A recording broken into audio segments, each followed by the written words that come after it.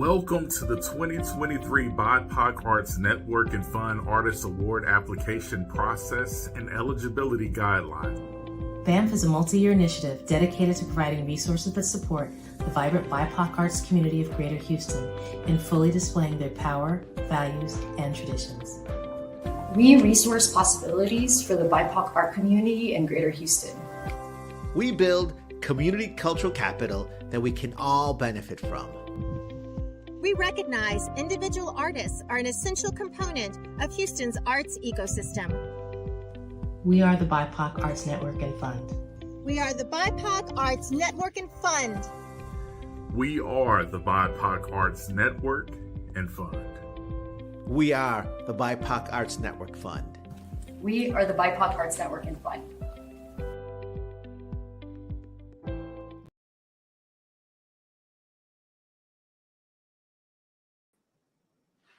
Welcome, everyone. I'm Sixer Wagon, the Project Director for the BIPOC Arts Network and Fund. For those for whom a visual description would be helpful, I present as a middle-aged man of Filipino descent with short salt and pepper hair, a short graying beard, and I'm wearing a blue-gray button-down with a purple scarf with blue and white beading. In my background is a blue and white quilted hanging and a painting of a flower on an orange background from local artist and Accountability Advisory Council member Julie DeVries. Before we continue, I would like to offer this land acknowledgement. Every community owes its existence and vitality to generations from around the world who contributed their hopes, their dreams, and energy to making this history that led to this moment. Some were brought here against their will. Some were drawn to leave their distant homes in hope of a better life. And some have lived on this land for more generations than can be counted.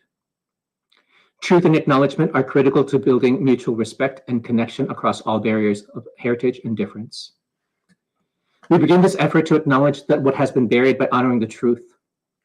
We are living on the ancestral lands of the Karankawa, Tapilam Kobilikan, Sana, and Atakapa Ishak people. We pay respects to the elders past and present. This land was also home to the Mexica peoples before the new border lines were drawn. Since our activities are shared digitally on the internet, let's also take a moment to consider the legacy of colonization embedded within the technologies, structures, and the way of thinkings we use every day. We are using equipment and high-speed internet not available in many indigenous and other minority communities. Please take a moment to consider the many legacies of violence, displacement, migration, and settlement that bring us here together today. Thank you for joining us today. We are excited to share with you about the BIPOC Arts Network and Fund, some of the learning that we have had with our community partners since the launch that has influenced and guided this round of funding. I want to thank the folks from Nuestra Palabra, Latino Writings Having Their Say, BANF Coordinator Hank Hancock, and Lanisha Roos Tinsley, one of our community consultants who are supporting this live stream video session. So overview of our time together. During this session, we'll provide an introduction to the BIPOC Arts Network and Fund. I'll speak about some of the work and learning that has happened in the past year, and we'll share how some of that learning conversations around the work has led to the 2023 BANF Artist Awards. We'll also hear from some of our operational partners about the community design and review process, and speak about the learning community that we will continue to build that connects artists, arts organizations, foundation partners, and community partners. We'll also go over the basic parameters of this award opportunity, and we'll have time for questions at the end. Please note that we will have other information sessions that go into more detail about the application and its different components. This session is to give the broader vision of our work and how this opportunity is the next element in our strategy to build a thriving arts ecosystem for Greater Houston's community of color. So, the BIPOC Arts Network and Fund is an initiative, a multi-year initiative dedicated to providing resources that support the vibrant BIPOC arts ecosystem community in fully displaying their power, values, and traditions. This groundbreaking effort was born out of the Ford Foundation's America's Cultural Treasures Initiative, in which in September of 2020 committed an unprecedented $276 million to support BIPOC arts communities across the country in response to the devastating economic impact of the COVID-19 pandemic, and to catalyze a conversation around how BIPOC arts organizations and communities have been historically overlooked and under-resourced. Part of that effort named 20 organizations as America's cultural treasures. Those 20 were recognized as significant national anchors for artistic and cultural diversity in America, one of whom is Houston's own Project Row Houses. The Regional Grant-Making Initiative invested over $35 million across 7 regions, including Greater Houston, and invited local philanthropic partners to match funding in support of a multi-year grant programs for cultural groups of color with exceptional regional or local significance. In Houston, the Houston Endowment and the Ford Foundation led the way for the BIPOC Arts Network and Fund's creation, equally donating $5 million, with additional generous contributions from Kinder Foundation, the Powell Foundation, the Brown Foundation Incorporated, and the Cullen Foundation. Unlike other regional initiatives in the America's Cultural Treasures, the BIPOC Arts Network and Fund is also structured as a collaborative, multi-phase fund and is a resource network guided by funders, artists, and nonprofit leaders in the region. So we're acknowledging the historical underinvestment in the Houston BIPOC arts, cultures, and communities. And the initiative aims to increase philanthropic support and collective grant making and facilitate new connections between funders and prospective grantees through shared decision-making authority. We focus on resource distribution, advocacy, and network building initiatives that revolutionize the local funding landscape, break down silos within the arts ecosystem, and welcome everyone to support and learn from BIPOC arts communities.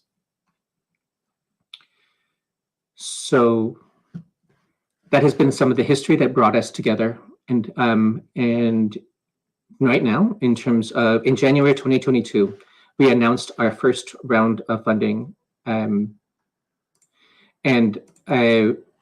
invest $2 million in 120 arts and culture organizations and fiscally sponsored artist collectives in Greater Houston's Black, Latinx, Indigenous, Asian American, Pacific Islander, Middle Eastern, and other communities of color to support them through their compounded crises of the pandemic, weather incidents, and related hardships. In the months since that announcement, we have heard from the network how those grants made significant impacts on our communities. Grantees have already shared stories back with us that talked about how the BANF grant brought recognition, legitimacy, and visibility to their work. The unrestricted grant enabled groups to put the funds where that was most needed, including in terms of organizational operations and personal and artistic needs. Grantees also deepened the programmatic capacity, impact in their communities and beyond. And the BANF catalyzed new funding and helped shift funding conditions for the funding field.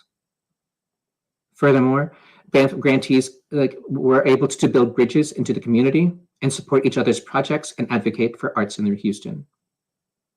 Fully investing in a thriving BIPOC arts ecosystem in the Greater Houston area also means we need to invest directly in our artists. Today, we are announcing a $1 million investment over 3 years to create transformative opportunities for artists whose artistic practice demonstrates a history of service and support for and with Greater Houston's BIPOC communities. The strategies the BANF develops to invest these resources are guided by the community itself.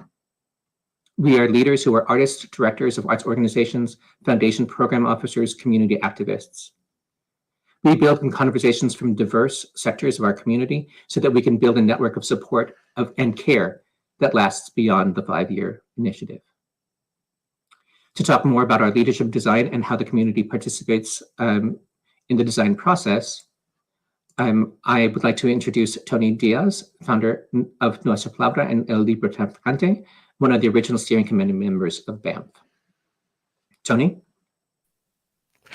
Hi, really great to join you tonight, and gives me a pleasure to give a little bit of insights into what's going on behind the scenes. I think I'm really proud of the fact that the community and leadership and design consists of a steering committee whose leadership is from our community, by our community, and this consists of our community of artists, activists, arts professionals, funders, and Houston residents, which is really unique to this movement and to this city. The other part of our work is what the Accountability and Advisory Council does.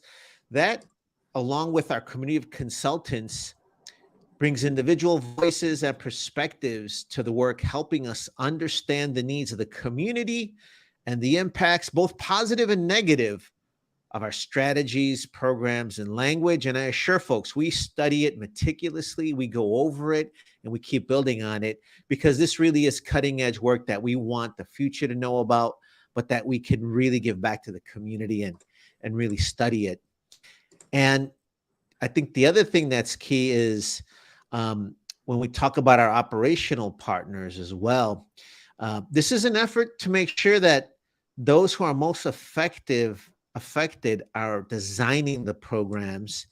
And what BANF has done is bring together leaders from our first round of grantees, and they invited community partners to help design the guidelines, criteria, and process of what you're viewing tonight and what you'll be participating in.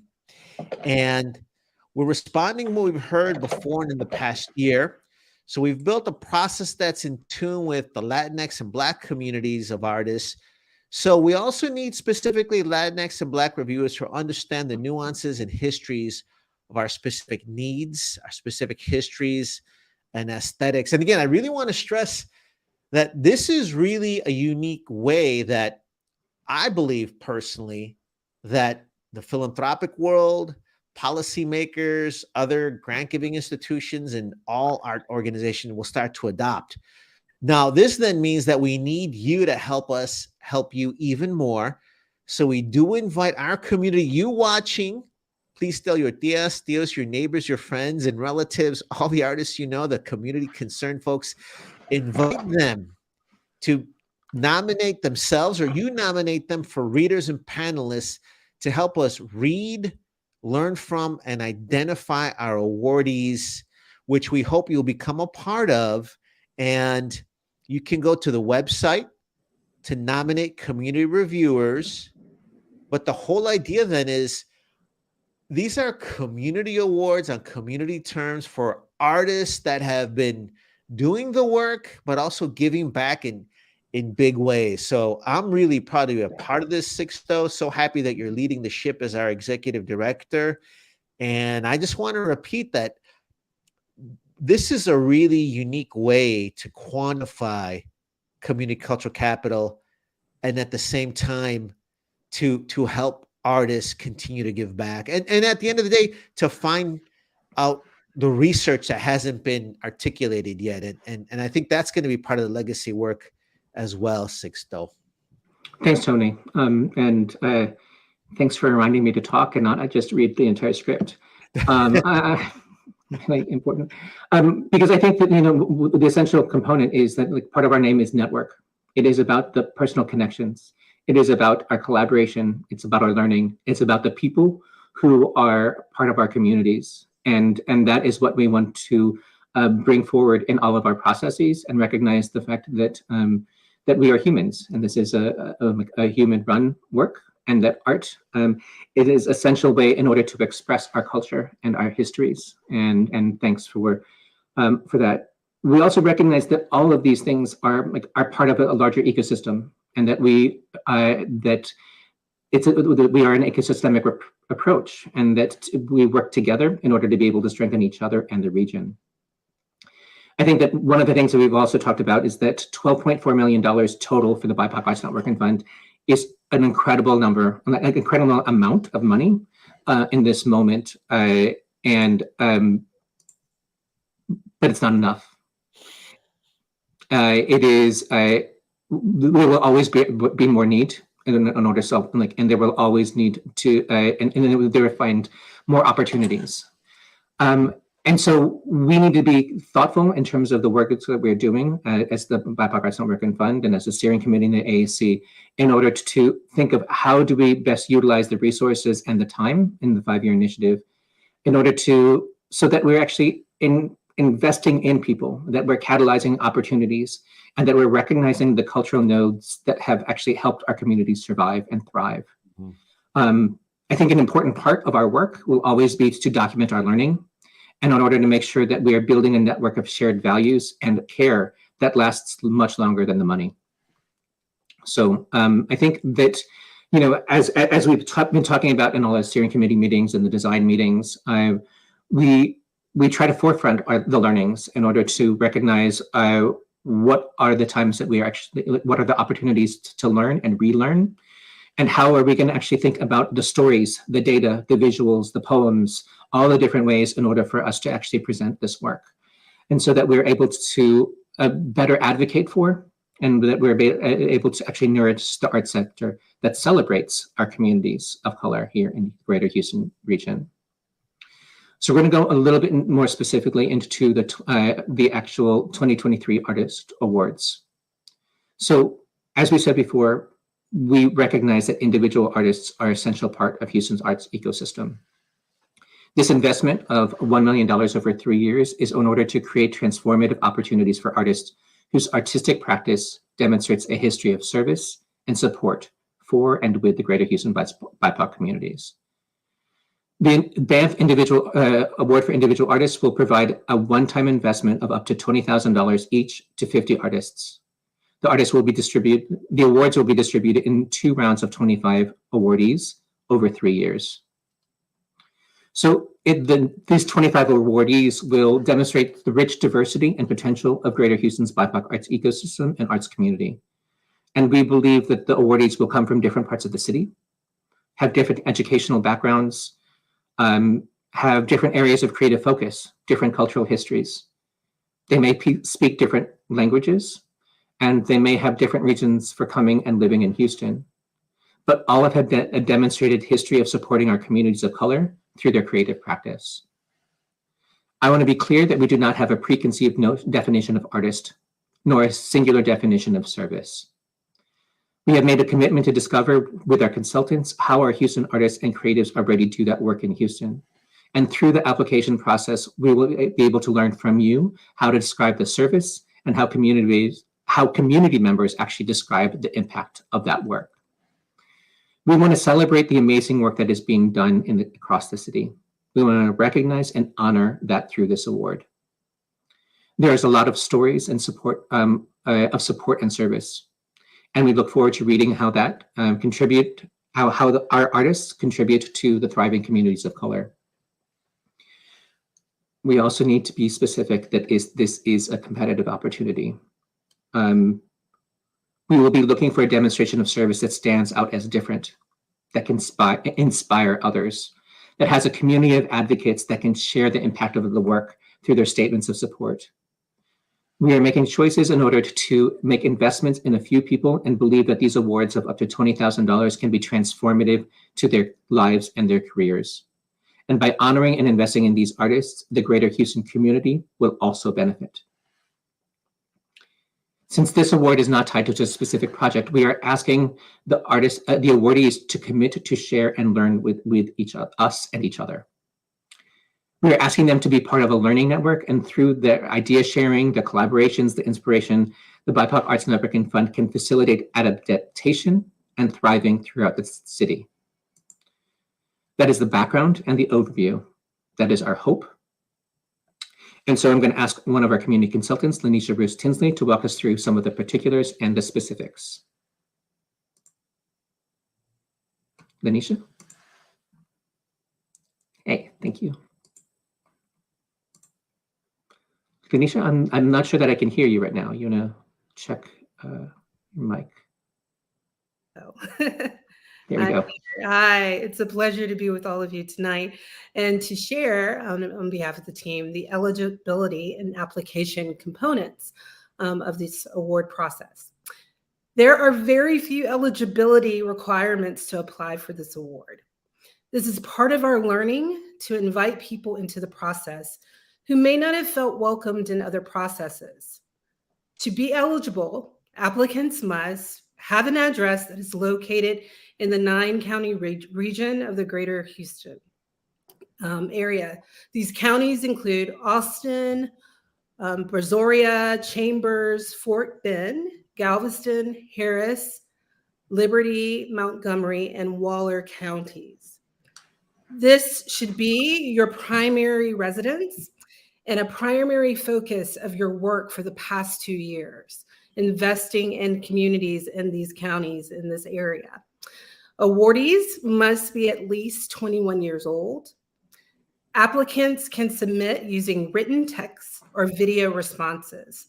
We are also accepting Spanish language responses. We would really like to support other primary languages, but please check in with BANF staff prior to submission to make sure that we can make accommodations. We will go into more detail about the application elements in the application and submittable info session on Tuesday, January 17th at 6:30. So again, that info session is Tuesday, January 17th at 6:30. And we encourage you to go ahead and register for that session via the link that is in the chat. Thanks, Lanisha. I think one of the things that we hope by providing the guidelines and the information here now, that you will actually have time in order to look through some of that information, and so that you will have more specific questions for us for that information session next Tuesday, January 17th. When you look at the application, that there are some narrative questions there, and then like work samples, and 2 statements of support. And I think that I want to lift up this part of it. We're asking for you all to invite collaborators, community members, people who have worked with you or who have actually experienced the impact of your work in order to be able to speak up for you, to actually share, to be able to share their stories of why your work is important and how they've been transformed and how their lives are better because of you and the artists in this community. And so that is the type of work where I think that, one of the reasons why we brought this aspect into this is we recognize that many times artists don't ask for the help that they know that can always be there and is there. And this is part of the work that we're hoping to do, is that we are part of a community, and how do we strengthen that opportunity in order to speak to each other and actually do better in order to actually advocate for the people and our friends in order to make that happen. So I think that, believe me, when we went through all these applications and when we designed this, we have a lot of people who've gone through applications, and we wanted to make sure that we're asking questions that are important, but not overburdensome, but also that you actually have some opportunity in order to, but we are asking you to think and actually share some kind of deep ideas around this. So so that is what we have for the application elements. And thanks, Lanisha, in order for your work, and you and all of our community consultants who are actually able to guide this aspect. Thank you. I'm going to go ahead and talk about our review process next, because that's always an essential way of an important part for how people understand this. We have a multi-step review process. The first step is always going to be the eligibility review. The BANF staff, which is Hank and me right now, and our community consultants, will make sure that all of y'all have done all of the have a complete application and have done the registration in terms of giving you the proof that you live in the 9-county region and that you are 21 years old.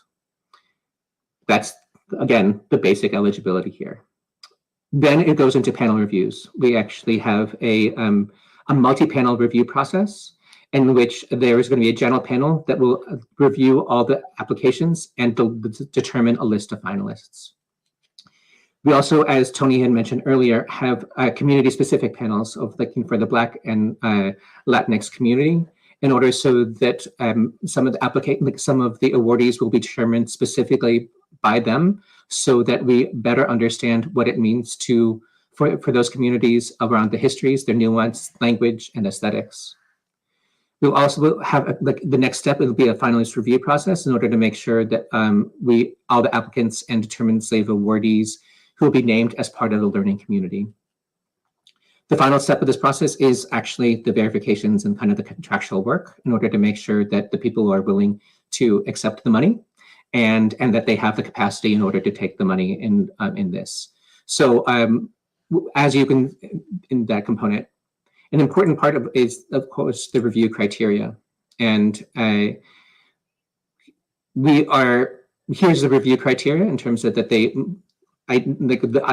Those artists who apply who are self-identify as a member of the Greater Houston's BIPOC communities will receive particular consideration. Artists whose creative work has been recognized by local, regional, and national cultural organizations, leaders, or artistic professionals, and then have a demonstrated history of support for and with the community of color of Houston. They should actually show a demonstrated history and a commitment to artistic activity and production. And here's the other part, is that that they must have a demonstrated commitment to learning, offering expertise, and engaging with others in a productive and active manner. So we are building a learning community. We are building an opportunity in order to learn and with each other. So it's not just that you are a great artist, or it's not just that you have had some important impact in communities. It is all of these things, and are willing to be able to share your time, your knowledge and energy and expertise with each other, so that we can continue to build a level of resources that we continue to grow on over the course of a period of time. So we will go into more detail about the review criteria and the process in our information session next week on Tuesday. Key dates: application is open now. Deadline to register the Houston BANF through the submittable is Friday the 17th at noon. You need to register by Friday the 17th at noon, and then you have until Monday at 9 a.m. in order to finish all of that aspect. So you need to start the process in submittable, and then you need to be able to turn in all the applications and materials by Monday, February 20th. So I think the next part that we also want to talk about is assistance and applicant support. And I think that we recognize that what we are doing is a little different from some of the other opportunities that have happened before. And with our community consultants, our operational partners, and all of our team, we are trying to find ways in order to engage y'all in more conversations and figure out how to be able to make this process as reasonable as possible. So we will have our scheduled live and recorded information sessions. All of these will be then archived on our YouTube page, our website, and then we will also have specific information sessions that are talking about topics like statements of support, the bio, the CV, work samples. And so that we're going to break down the elements of the application and actually have opportunities in order to talk and go into more depth about each one of those sections. We also have the BANF support desk, which you go to support.houstonbanf.org in order to actually look at all the FAQs, the written guidance, we will look at some of the video, we will excerpt some of the videos from all these information sessions so that you can have that information there. We encourage you to sign up for our newsletter, because we will have a weekly newsletter that will give you updates around new events, new support events, and then also I share information around some of the questions or answers to the questions that are around. Again, Spanish language assistance is available upon a request. And if you need translation services beyond Spanish, please connect with us as a staff member so we can see how we can actually provide adequate translation support for that. So Tony, our operational partners have also developed some other systems of support. Can you actually share some of the ideas that you have, that you all have generated in some of that work? Yes, really happy to share that. And I hope folks watching are not just going to apply, but tell their friends as well.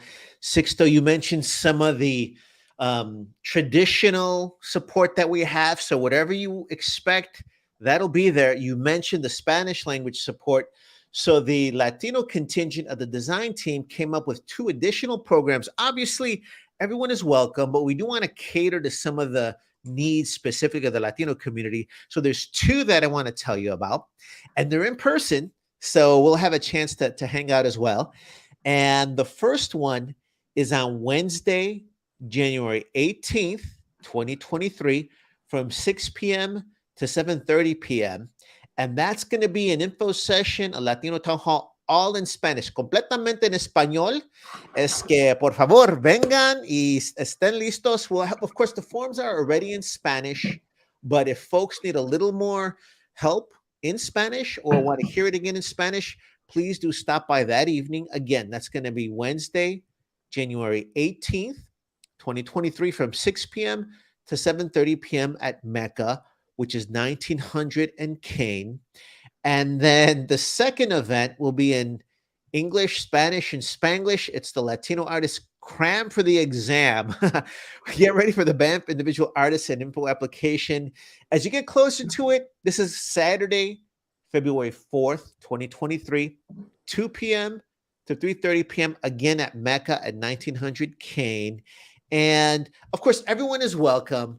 But this is just for folks that may have a doubt, more questions. Sixto, I have no doubt that our team will be taking questions and handling questions and doing that well. But having worked with the community, I know that sometimes folks have issues such as, hey, is my stuff really art? Believe it or not, we see that a lot in the Latino community. Another question could be, I've done this art. Is this community work? Does it have to be this or that to be community work? So we want to welcome you at that moment. You mentioned some of the narratives. They're pretty straightforward and traditional, but let me editorialize from my side. I think we're so not used to having our concerns addressed that we may be like, you don't really mean this, do you? We really want to hear how you've given back. And from what I've seen, that's not always a part of traditional grants applications. This is it. And I really congratulate the whole BANF team for really designing what I think are authentic applications that are profoundly in tune with our concerns. And either way, we still want to hang out with you those 2 days. Well, I mean, thanks, Tony, because I think that this is actually one of the things where we hope the whole process and all the work that we are doing, the BIPOC Arts Network and Fund, is actually reminding our artists, our arts communities, and our communities of color, we have survived, and we have, and in that we've not only survived, we've thrived, and that is what we need to honor, and this is what we actually want to resource in this time. And I think that part of that work is actually, how do we tell our stories in the ways that make sense to us and that can actually resonate? And I think that that's important. That's why you can actually do a video response. That's why you can write in the language that's most comfortable for you. Hopefully, that we can actually provide that opportunity of support, so that we are not asking you to take on other language or to pretend like that to answer questions that aren't there. This is basically try to share your truth, and hopefully with that truth, we're going to be able to honor and respect that, and in many ways. Like, I think the part is that what we've learned even from that first round of funding, like Tony, like we've saw a number of applicants and a number of opportunities, but just being able to be able to speak their truth is such, and having it be able to be read, I think is such an important part of our process. And we will only have 25 awardees in terms of for this next round.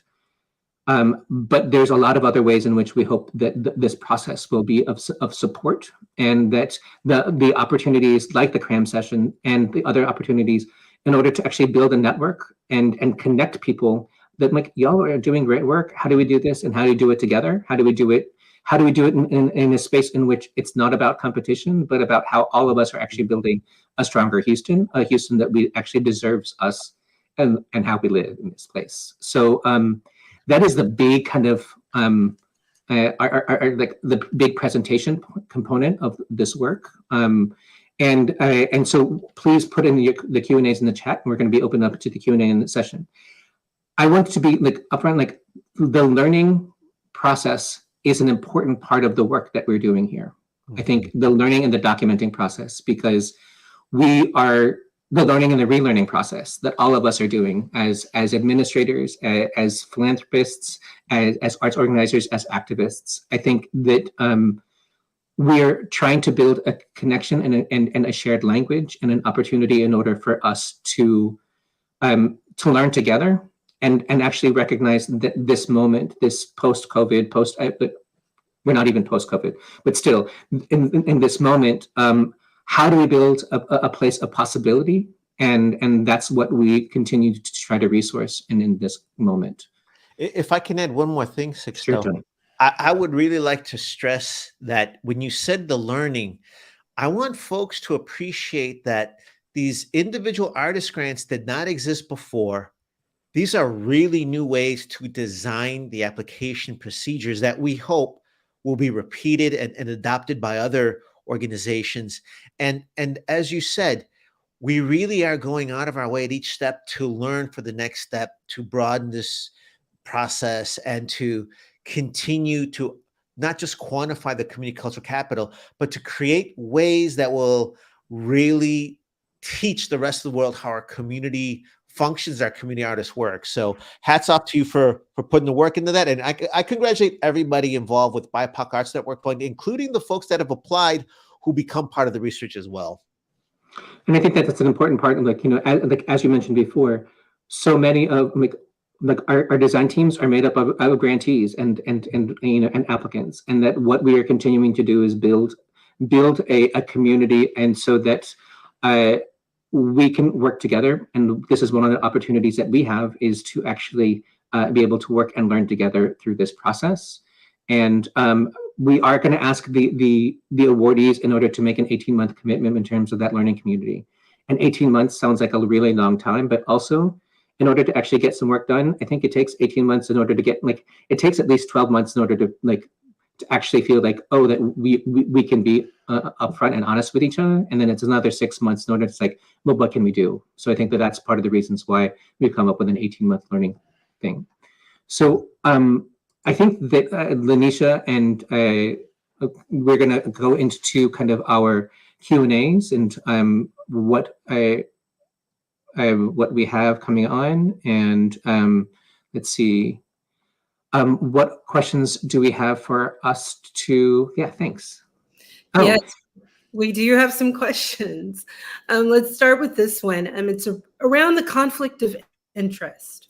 And so the organization I direct work with received a BIPOC Arts Network Fund grant in the first round. Can I apply for this award? Absolutely, you can apply, but we're going to ask you to name the fact that you are connected with one of the arts organizations that that received awards in the first round. I think that the whole point is that we don't want, because you were actually like awarded in the first round, should not keep you out of this round.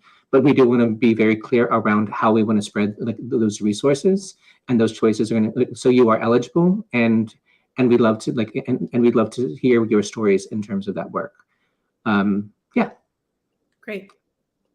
The second question, I see you're calling for nominations for community reviewers. I suppose community reviewers shouldn't plan to apply for this award. Am I right? Absolutely. Like, we need to be clear around certain levels. Like, we want the community to participate. We know that we are a network and there's a lot of relationships, but we also need to be very clear that that the people who are making decisions should not benefit from this work in this aspect. And so we are going to work on the conflict of interest, and we're going to do our best in order to make that happen. So please nominate yourself if you're not going to be awarding. And then and to be honest, like, you do not have to be a BIPOC person to be a reviewer. If the work that you've been doing, actually, like, you know, if you understand the ways in which we work, and we will figure out how best in order to make that happen. But please nominate and do the self-nominations in that component. I think that like Lanisha, there was that first question there's another question that we saw about the applicant needing to be a citizen. So I'm gonna take that one on. What the awardees need to have either a social security number or an ITIN number, which is the individual taxpayer identification number, and so that in order to be able to receive the award. And I think that in the guidelines, we actually have a link to how to actually apply to get an ITIN number. So you don't have to be a citizen, but you do have to be able to, we do need to have that level of information around you and in this work in order so that we can continue to be good stewards of the money that we have been receiving from our foundation partners. We can go into more detail around that, and, you know, at an information session, but I wanted to at least address that question. Thank you. Also, this one is around service. How do you prove your service is worthy of an award? Thank you. This is a hard question, and it's going to be a hard, and we're not going to have a simple answer, because we believe that service is, all service is worthy, and we want to uplift that. We're also choosing to award only a few people at a time at this time, and so that it's going to be important how the applicant and the artists articulate the service, and how that service manifests itself, and how the advocates can actually speak to that service. In certain terms, they need to be able to stand out as different as a model that other people that can learn from, learn with, and that and also just say that, like, if this is the same work that 30 people are doing, then we can't actually award the 30 people in the same way. So I think that that's part of how we're doing this aspect. Yeah, let's see. Oh, here's another. Why Black and Latino community specific panels? So we heard from our first round of grantees, or we've heard throughout all these processes, that there are nuance, there's history, there's aesthetics that happen in some of our community specific work, and let's be even honest that our Black and Latino communities are not monolithic. And that there's a lot of details and there's a lot of work and histories that need to be uncovered and discussed even with them. We are focusing on the two most populous communities of color in Houston. I think that is an important thing for us to understand, and then those histories, and that's part of the experiment of this work and in this round. And I think that, like, honestly, as a Filipino American, I will say it was hard in order to make this decision around not focusing on an Asian American community right now in Houston. But I think the difficulty of finding what is a singular kind of Asian American approach in Houston, I think is too hard for us right now. And I think that that's something that we need to have more discussions around. And the timeline of what we have, like, didn't allow for that. Okay.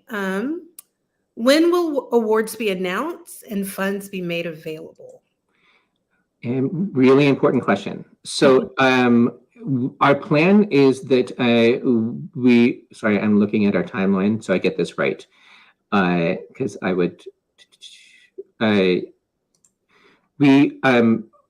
the application is open now.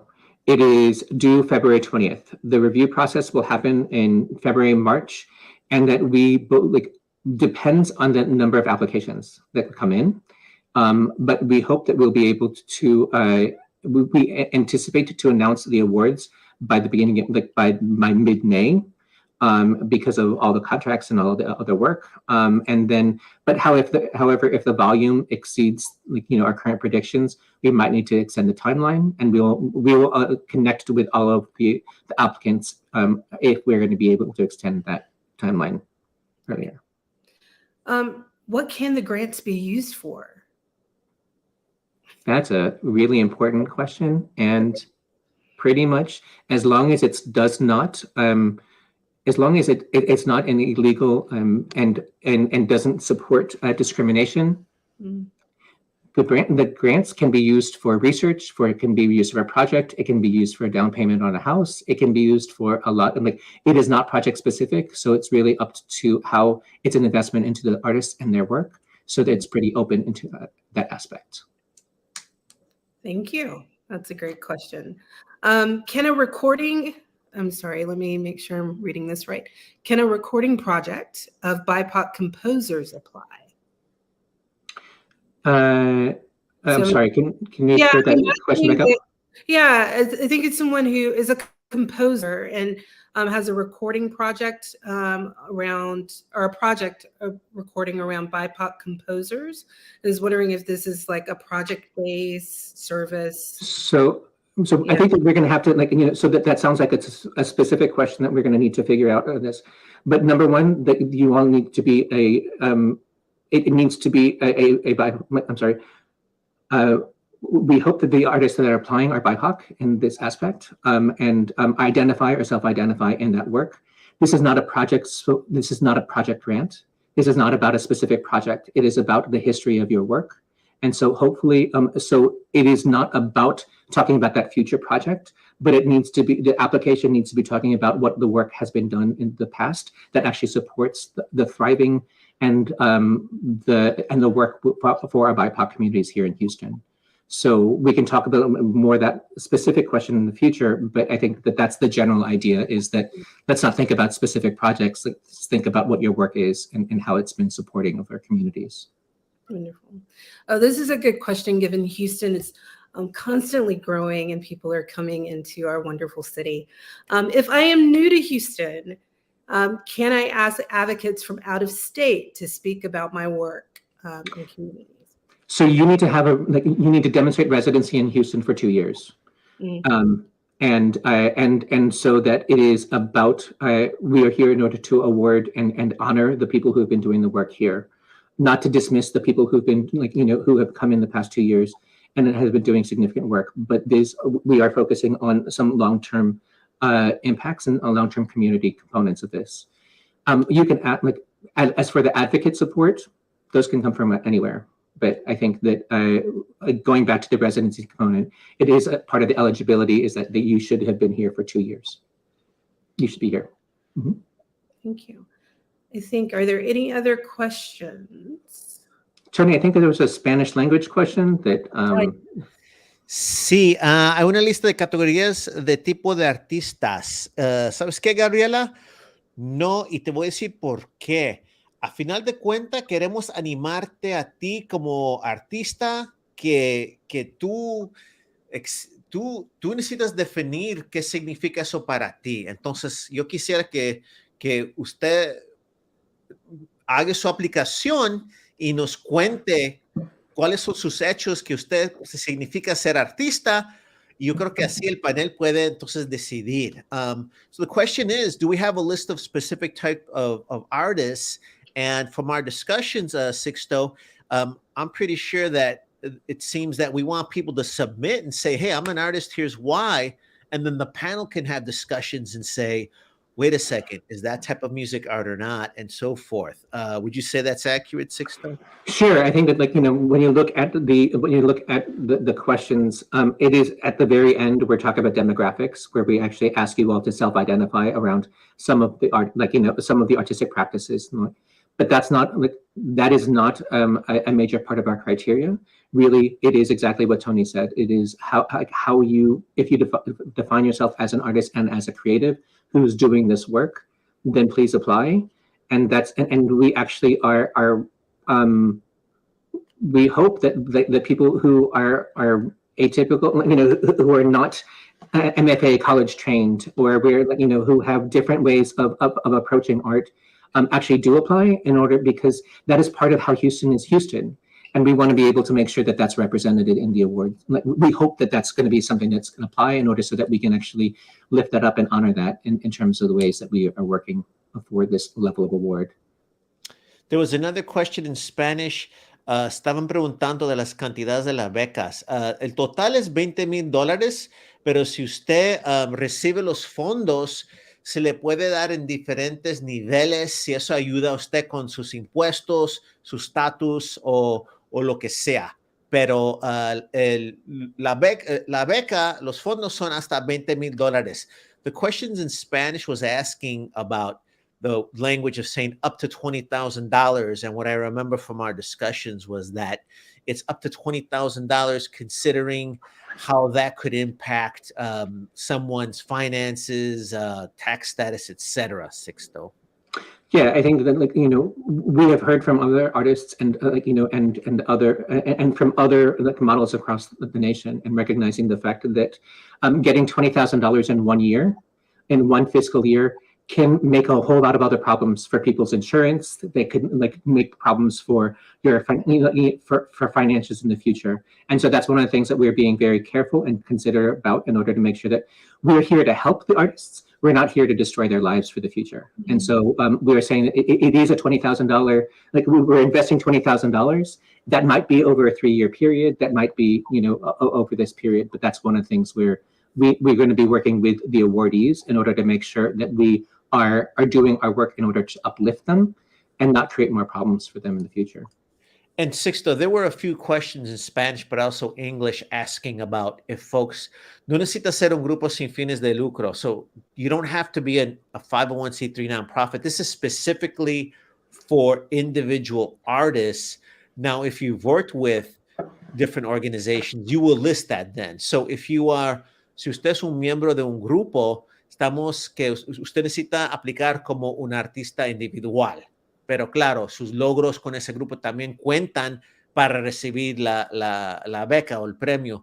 So your work with the other groups would be as your proof, and especially your community work. But I just want to stress from the questions, this is for individual artists. So even if your organization receives some of the awards for BANF for nonprofits or collectives, that's totally different, because that was for groups.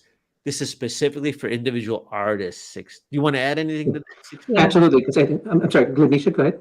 No, that's been asked a couple of times, just that So- distinguishing between organizations and individuals for that. And absolutely. And this round is for individuals, and we want to be able to uplift that. There will be the next round for organizations will be the Houston Cultural Treasures round that we will be announcing in spring or early summer.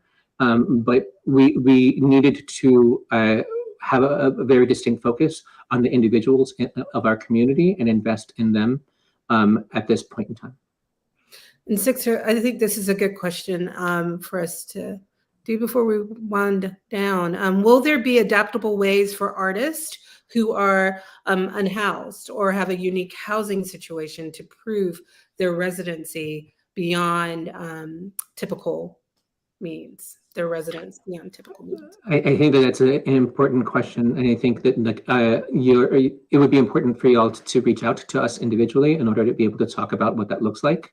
I think that I don't have an immediate answer for that, but I do want to work with them and the individuals in order to figure out how best we can respond to that. So reach out to our support desk in order to schedule time, and that's also something in which I can't. I'm like, we're going to need to find out get some other people in around that question and how to make that happen in order to make the work. Yeah. But I guess I think again recognize that this is an important part. I think going back to the individual and organizations, that I think it's an important part for us, like in this process, to recognize how we as artists are working as individuals, and be able to take time in order to honor that, and not think of us only as an organization, but really uplift the work that of individuals in this work. And I think that that's going to be an important question for us. And as we go to reviews, like we will most likely, like we're going to have a larger conversation around those who are able to do the work only working as individuals, or those who actually have created other structures in order to support their work. But we'll figure that part out. Someone asked, can we schedule one-on-one sessions for individual help? So we will be opening up opportunities for 15 to 20 minute like one-on-one help desk support aspects, and that please sign up for the information session, or I'm sorry, please sign up for the newsletter in order for us to set up those times. We're not announcing those times just yet because we wanted to get all the information out there first, and then like get all the general information out in order for everybody to be able to utilize that. And then we'll do the scheduling most likely in February. So we've gotten a couple of questions again about projects. Can I collaborate with another artist and get funding for a project? Someone else asked, I've been working on a project for the past 4 years. May I submit a project for future funding? Do you want to speak to? Sure. Again, this is not about a project future grant. This is not about the impacts that work is going to be. This should be about, like, it sounds like if this has been a project that you have been working on with communities, and actually, or working on, that has demonstrated service to communities over time, sure, that's great. But and I think that would be an important way in order to offer your, like to think through the application process.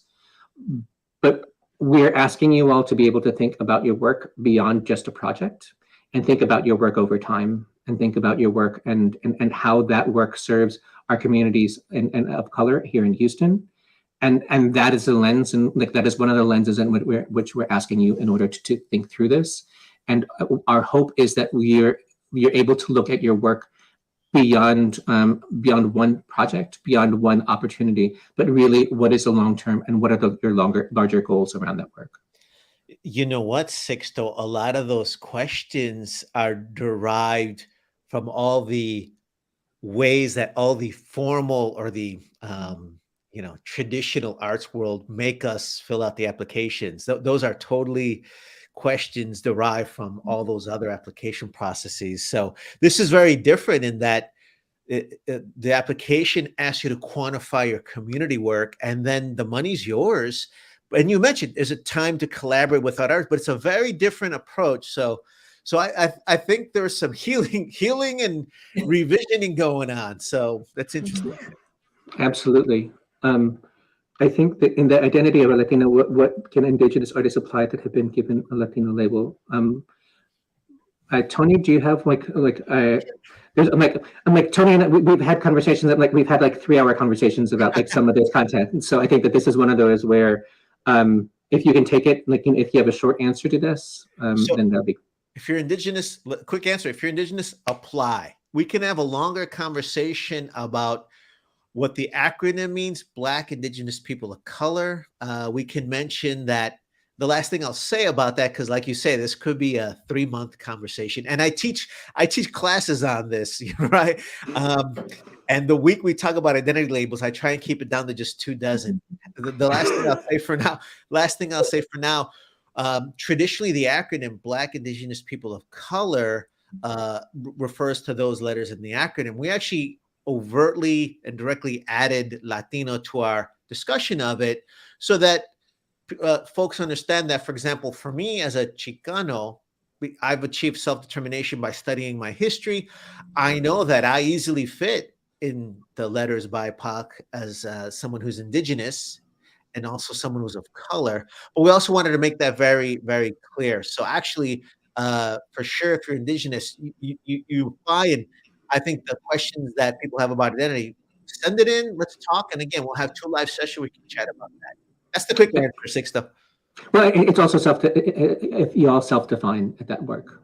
So you self-define that aspect, and then the question will come to our community reviewers, and in order to actually see if the work and if all of that actually matches all the other criteria in relationship to the work in terms of service, in terms of the work history, and then the statements of support that you all bring into this. So I think that apply, and I think that those other things are really the more important part of that type of work.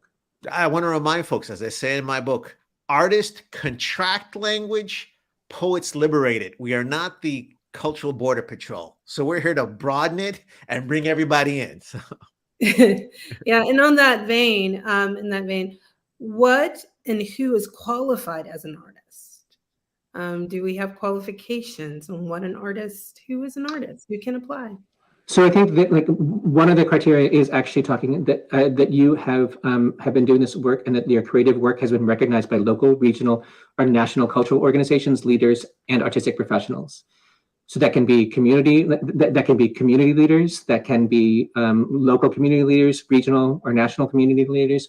It can be but part of the work is that you are self-defined about this work, and others have actually been able to uplift your work as an artist, and so that it is both that you identify and others actually agree with you in that component. And what qualifies as service? That's a really good question. Yeah, someone asked. It's a good question. Yeah. Well, I think that's actually that is part of what we're asking you all to help define, and that how you all define what service looks like and how that manifests. I think that's part of what our exploration and learning is about in this moment, and that we look forward to y'all's responses to this, so that we can actually be able to speak back to our communities after the application in order to be able to say this is what service looks like. Mm-hmm. So we have reached, Yeah. we have reached time.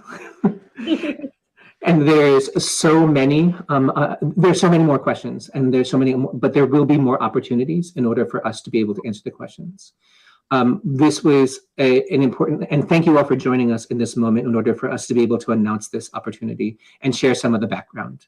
Please go to houstonbanf.org in order to actually look more about the work that we have done, and then also read the guidelines, read the application in order to be able to come in with more specific questions, and that we will have information sessions. Sign up for our newsletter in order to be able to know when our next opportunities are and what happens into the next steps.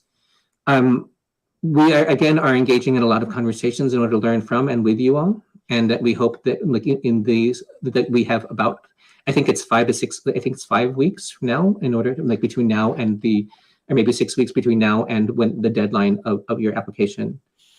I'm going to ask you all to not wait until the last weekend in order to try to do this application. I'm going to ask you all to take, like, it's going to take a little bit of time, but it's also, I think, some really important questions and interesting questions in order to be able to do that.